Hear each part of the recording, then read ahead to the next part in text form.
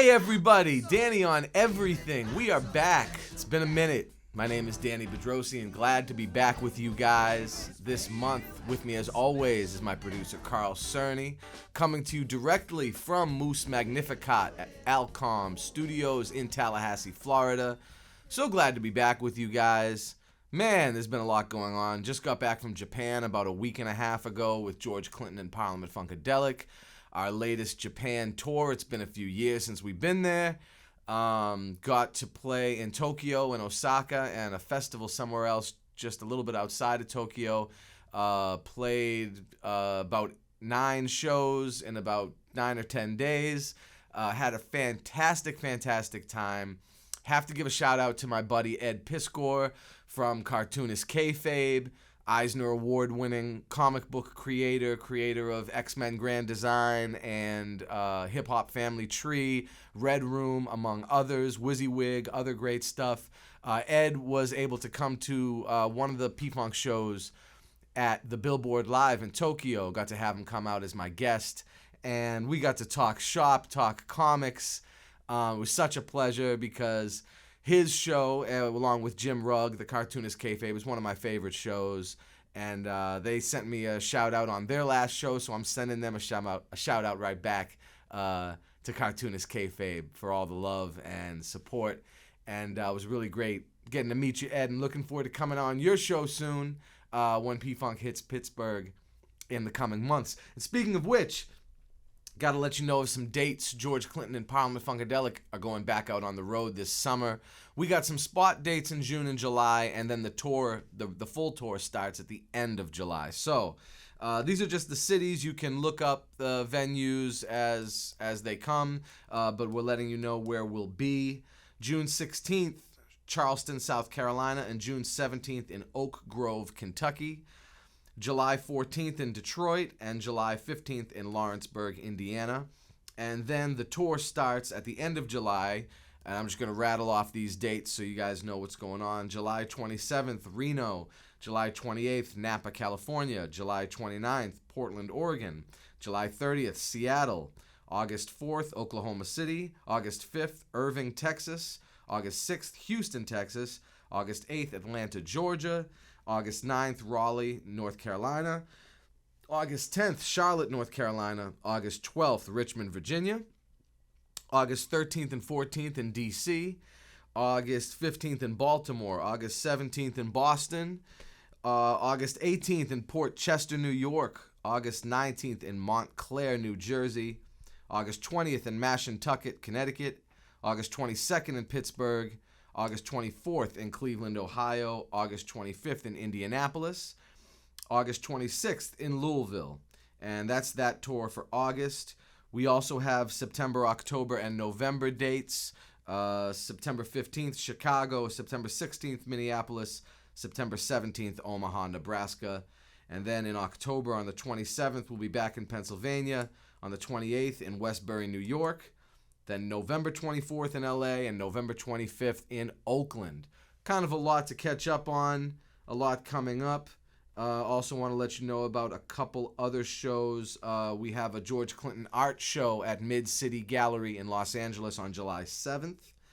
I will be locally at the Blue Tavern in Tallahassee, Florida on November 11th. And then Secret Army is coming back to New England the end of November and beginning of December. We have some pending dates coming up, but we have confirmed December 2nd at Area 23 in Concord, New Hampshire, one of our favorite places to play.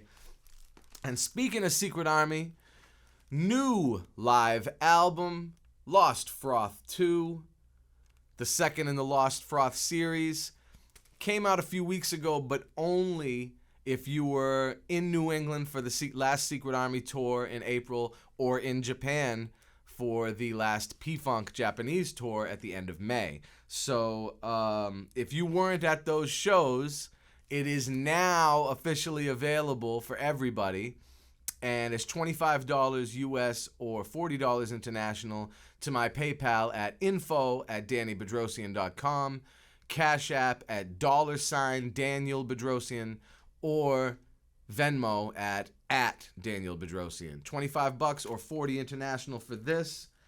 And I'm super duper excited because this just dropped and we're officially announcing it here. Sons of the Sun trade paperback, collecting the first 3 issues, the first collection, 120 plus pages of all 3 issues. Amazing artwork from Robert Eman and Steve Grezik, written by myself, and we've just got, there's also some amazing process stuff at the end, and some unreleased stuff, and a special preview of the upcoming book. So if you're a fan, if you like comics, if you like history, if you like fantasy, if you like my work, if you're interested in Armenian studies, if you like monsters, if you like romance, action, adventure, pick this thing up. This is $50. It is a work that has taken us about 5 or 6 years in the making. So proud of this. $50 to the same places: PayPal, info@DannyBedrosian.com, Cash App at $Daniel Bedrosian, or Venmo at Daniel Bedrosian. So proud of this work. This is, like I said, it's just 5 or 6 years in the making. It's super high quality. You can see some of that there. Super glossy, high quality, and not just the cover. The inside is extremely high quality pages and paper. It really is just beautiful, beautiful. And I'm just so proud of it. I'd say out of all the comics we've done, this one is the best looking and the best effort by far. Again, it collects everything we've done so far, over 120 pages of comics in here. And I'm just so proud of that release. And speaking of proud, a lot of people already know because the pre-sales have already started, but my book that's being published by Roman and Littlefield, the Authorized P-Funk Song Reference, is coming out on November 15th. I am so excited about this thing. It is basically the entire P-Funk song canon, separated by group, going from chronologically by group, who played and who sang on every single song in the P-Funk canon, starting with 1956 with the very first acetates that the Parliaments dropped a cappella in the 50s, going all the way to the most recent releases of 2023. So it is the first time that the P-Funk canon has been collected into one textual collection. It really is a labor of love. I've spent almost about 30 years collecting this data, this information, and then the last 3 or 4 years really disseminating it, getting it all on the page, you know, typed up as it were, and also conducting the 140 plus primary source material interviews with over 70 members of the band, past and present, as well as staffers, engineers, and others who were there for the sessions in question, and including over 20 hours of interviews with George Clinton himself, and many of the most important members of the band throughout its history. So if I needed extra information for, say, the late 50s or the mid 60s or the early 80s or whatever, I'd find those people that were there, that were really there for those sessions. And I tried to get as many people from each constituent group, because it's all the spin-off groups, all the solo projects. Truly a labor of love. And then when we do our November episode, we're definitely going to do a deep dive into the book, have some guests on the show who are in the book, maybe even have some people who we interviewed to talk about the process of how this all went down. But just to give a little information, you know, we the original transcript of the book is over 720 pages. They managed to get it down to 504 by making it, you know, a bigger book than how it was typed, how it was written, and by formatting the page count a little bit. But it also has stunning in a lot of cases, never before seen photos dating back from the very beginning of the Parliaments all the way up to the modern era from the last P-Funk domestic tour. So it really collects both a huge textual and a huge photographic record of the P-Funk canon, of the P-Funk song history. I felt like this was one of the most fiercely debated things in P-Funk lore. I felt like a lot of fans always wanted to know this stuff, as well as other great musicians. I was blessed to have George give a quote for the back of the book, but also Flea from the Red Hot Chili Peppers. Thank you, Flea. Much love to you.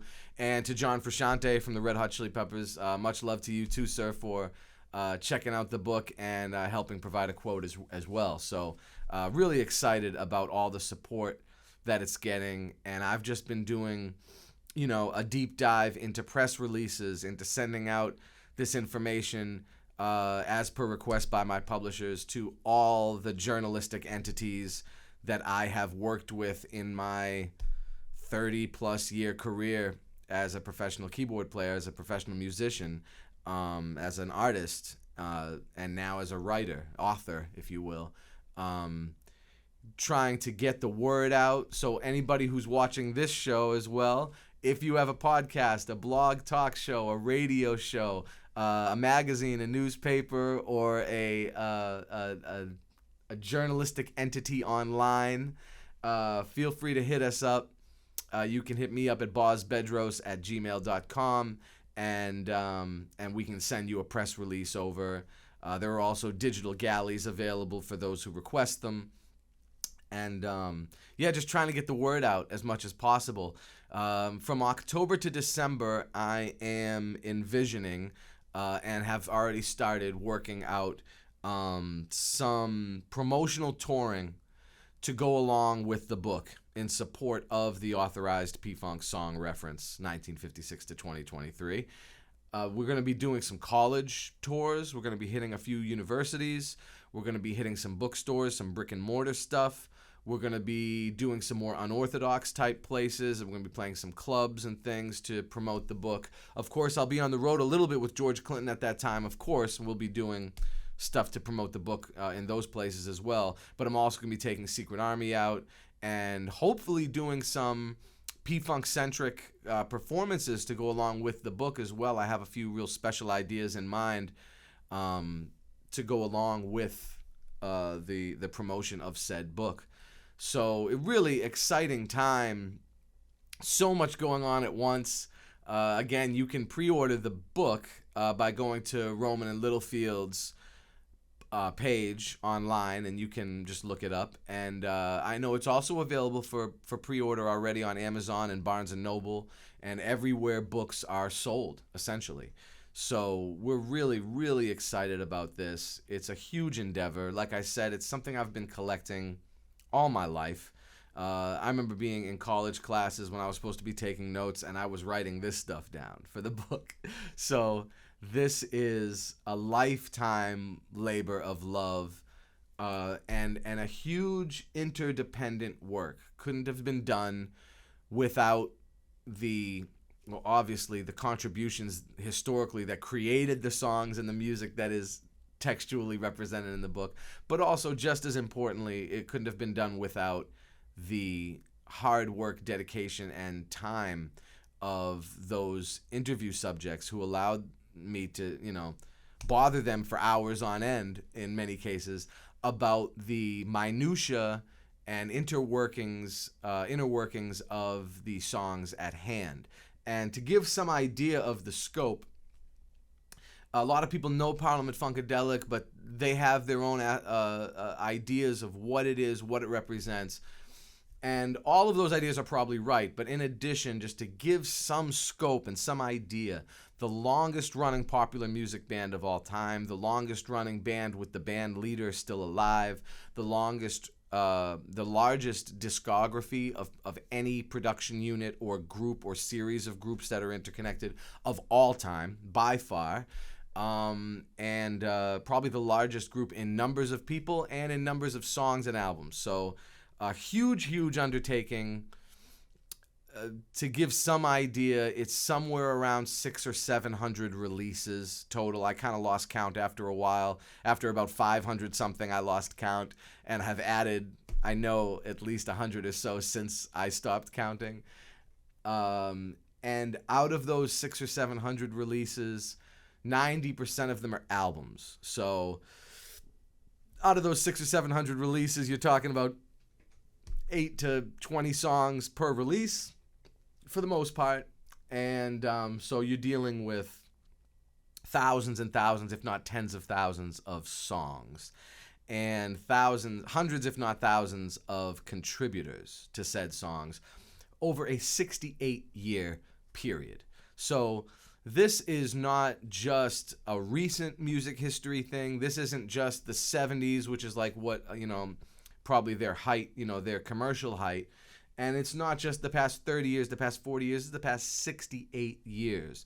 George has been in the game since the doo-wop era. 1955, he started the group, and in 56, they recorded their first acetates. So we're talking about almost 70 years of music history, American music history, African-American music history. It is a major, major historical endeavor in general, just the body of work. And I took it upon myself to find some kind of way to collect this music textually into a volume that people could read and understand and go back and forth while they're listening to the tunes and be like, oh, this is so-and-so on this is so-and-so singing and playing. And really get the idea of the styles and the feels of these different individuals, because there's many of them, but they're all extremely integral to the way this group functioned and the way the output of this group was released or was procured or created. So massive, massive work. I knew that somebody from within had to do it, and a lot of my good friends in other bands even said, it had to be somebody in the group. It's very true. I was just worried that more people would pass away before it got to see completion, reach fruition.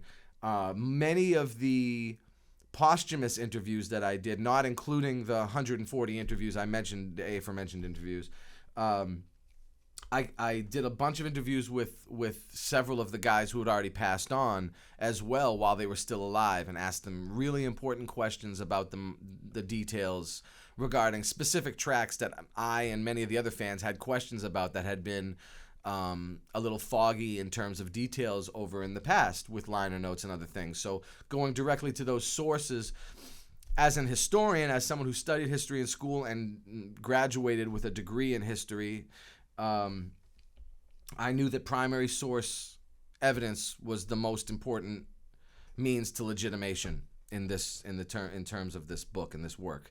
So having those primary sources at my disposal, at my right there, I could just reach at, was a huge benefit, and so it couldn't have just been a layperson or a hardcore fan, as much as information as some of the hardcore fans do have.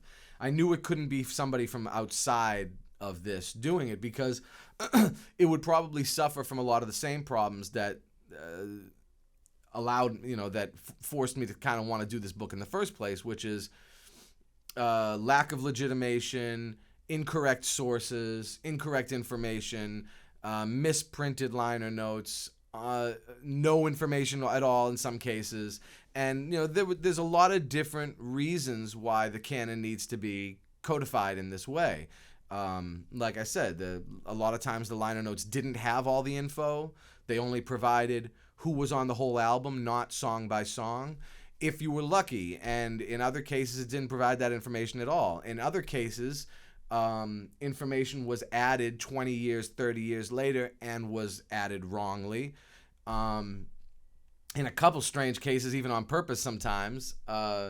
So there were many reasons. And then live releases, things that have come out, again, kind of after the fact, completely wrong. I remember the first time it happened to even me, because I had thought of the idea of this book before it had ever even happened to me, when I just seen my bandmates, my big brothers and uncles, kind of mislabeled on a number of releases and be like, wow, it's got to feel terrible to have somebody else's name and you know it was you, especially if it's something you really care about. And then it happened to me with a few live releases that had come out in Europe from some European shows over the years, where not only me, but everybody in the personnel was the wrong name. So the people who had come up, who had put together the live liner notes, had just taken a rider from a previous tour about a decade before and just added those names and just arbitrarily added those names to the release, not knowing that every single name on there was wrong. They probably got like 5 names right and 17 names wrong or more. These are just 2 examples, and they had happened to me. And so there was a number of reasons driving me, things that made me want to do this. The main issue was time, the passing of time, the loss of these, immovable personalities and artists within the thing, and the need for the fans to have it while it's still relevant and while there are still people alive who were at those recordings, and for the love of my bandmates and for their kind of the freedom of them being able to say, yes, this was me on this and you can see it here. And for myself, for my own selfish reasons, just because I'm a band member too, and it's happened to me. So there were a number of reasons why I wanted to make this book, and it ended up being, I remember when I was only 15% of the way through the process, 20% of the way through the process, thinking to myself, what have I gotten into? What am I doing? Am I crazy? But something drove me to keep going. And during the COVID time, during the pandemic and during quarantine, I spent about 5 hours a day, sometimes more, from about 1 to 6 or 1 to 5, 1 to 7 in the afternoon every day, working on this book, typing, conducting interviews, editing, writing down information, and all the way down to when I had to pass the book in. The acquisition editor was saying, Danny, are you still adding information? We're seeing that the manuscript is changing. It's getting longer. It's getting bigger. And it's just because I keep finding things, riding with George and then having the opportunity to be with him alone a lot of times for long periods of time. He'll sit there with me and I watch him just staring at me, and I know all he's doing is thinking about albums that I may or may not have added. He said, did you get... And then he'd say one, I'd be like, no, what is that? And he, so-and-so, we did this in this year and blah, blah, blah. I was like, oh, man, I got to go back and add it.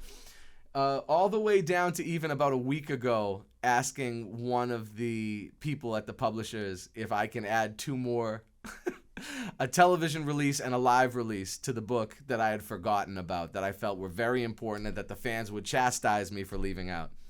Keep in mind, not everything will be right. I write that in the errata section of the introduction. There was some information we weren't able to get at all. A few albums that I wasn't able to get the information on because the album itself was impossible to find, or 1 or 2 people either weren't able to or weren't willing to take an interview. So there are a couple pieces of information in the book, some things in the book that were left blank or left with a question mark, and hopefully with future editions we can add and edit and remedy any problems. I write in the introduction, it's this author's mission to right those, unsaid wrongs, if you will.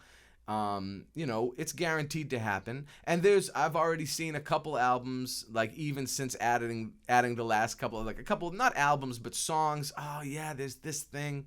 I didn't get a chance to add that. It's bound to happen because what we're looking at is hundreds, if not thousands of contributors, thousands, if not tens of thousands of songs. So there's bound to be a missing thing here or there. But it is, like the P-Funk song catalog itself, a living, breathing animal. I talk about this in the book. It is an organic thing that is growing with time. The human beings involved in it give it breadth and life. And this book is to provide the historical accuracy to the best of the author's ability and to the best of the people's ability who took part. Again, like I said, over 70 band members, and not just members of Parliament-Funkadelic, members of Bootsy's Rubber Band, members of the Brides of Funkenstein, members of the Horny Horns, members of all these different groups, Quasar, and all these different side groups throughout the generations. You know, we have 58 years, but we have, what, 8 decades? Is it 8 decades? Yeah, we have 8 decades of work in this band's discography. 8 decades, from the 50s to the 2020s. So it's a massive body of work. And most of my friends, even those who are in the game of musicology, said I wouldn't wish that on my worst enemy. But I knew it was important. I knew that it was both a labor of love and something that I wasn't really doing just for myself. I was really mostly doing it for George and my big brothers and my uncles in this band, and for my fellow fans, because of course, like all of us, even the other band members, we all started out as fans. Other than the original 5 guys who were in the band in 1955, we all started out as fans of this thing. So it's for everybody, really. It's for the general audience. It's for people who love music. It's for people who are interested in music history, African American history, 20th century American history, funk history.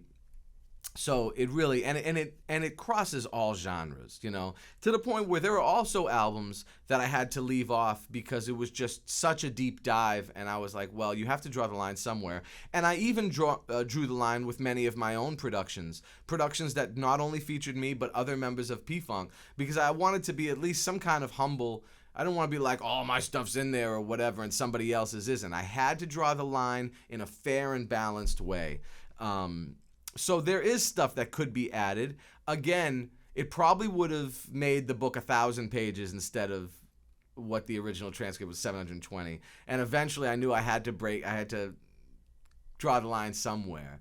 The original agent who worked with me when I was first proposing the book wanted to split it into 2 volumes. And I was very against that idea because I knew that there was going to be people who would only buy one and not the other, and that was the kind of thing I really didn't want to have happen with this particular thing. I wanted it to show this is the P-Funk. It's bigger than most people realize. It's actually massive. It's a massive monument of musical tradition, and it goes back further than people realize. It's bigger than people realize, and because of that, things had to be omitted, and there's a lot of stuff about that in all the introductory parts of the book that you'll read and see. But I'll be doing lots of interviews in the coming months, especially from October to December. You're going to be seeing lots of stuff in the world of journalism, lots of stuff in publications out there, both online, on the blogs, on radio, and on podcasts, on YouTube and other spots. But of course, wanted to talk about it first on my show, on Danny on Everything. So a few things to remember, you guys, this month and in coming months. Lost Froth 2, the live album. It's got also some amazing studio things that never made it on the last couple Secret Army albums. Features Blackbird McKnight, Lige Curry, Greg Thomas, Jose Serrano, Bakari Hines, Greg Keller, myself, and others. Really proud of this. If you like live music, if you like studio stuff, this has got both, and it's super high energy. If you love Secret Army's shows, this is probably like the best thing you can get, because it really eschews that live quality. $25. And then Sons of the Sun, the trade paperback, 120 pages, full color, by myself, Robert Iman, Stephen Grezik, and others, and is going for $50. You can get both of these. If you buy them both together, it's $5 off.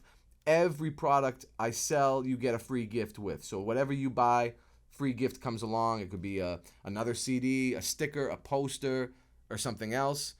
And so I highly recommend you guys check this out.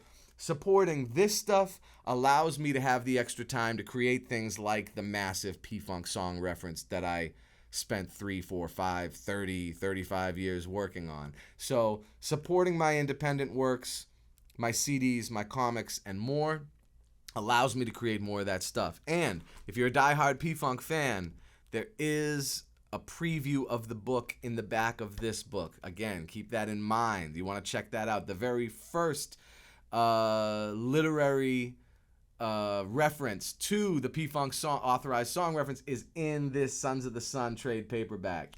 So you want to definitely get that. Again, info@DannyBedrosian.com on PayPal. $ Daniel Bedrosian Cash App, and @Daniel Bedrosian on Venmo.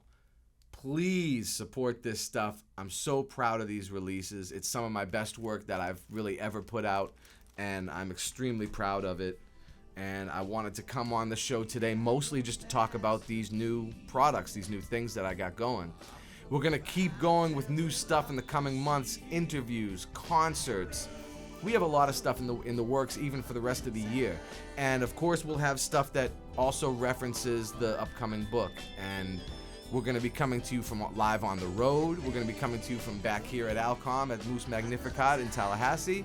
And we're going to be coming to you from some places that I haven't even thought of yet. So super excited about that, you guys. And thank you as always for coming in, hanging out with us, checking out what I got to say.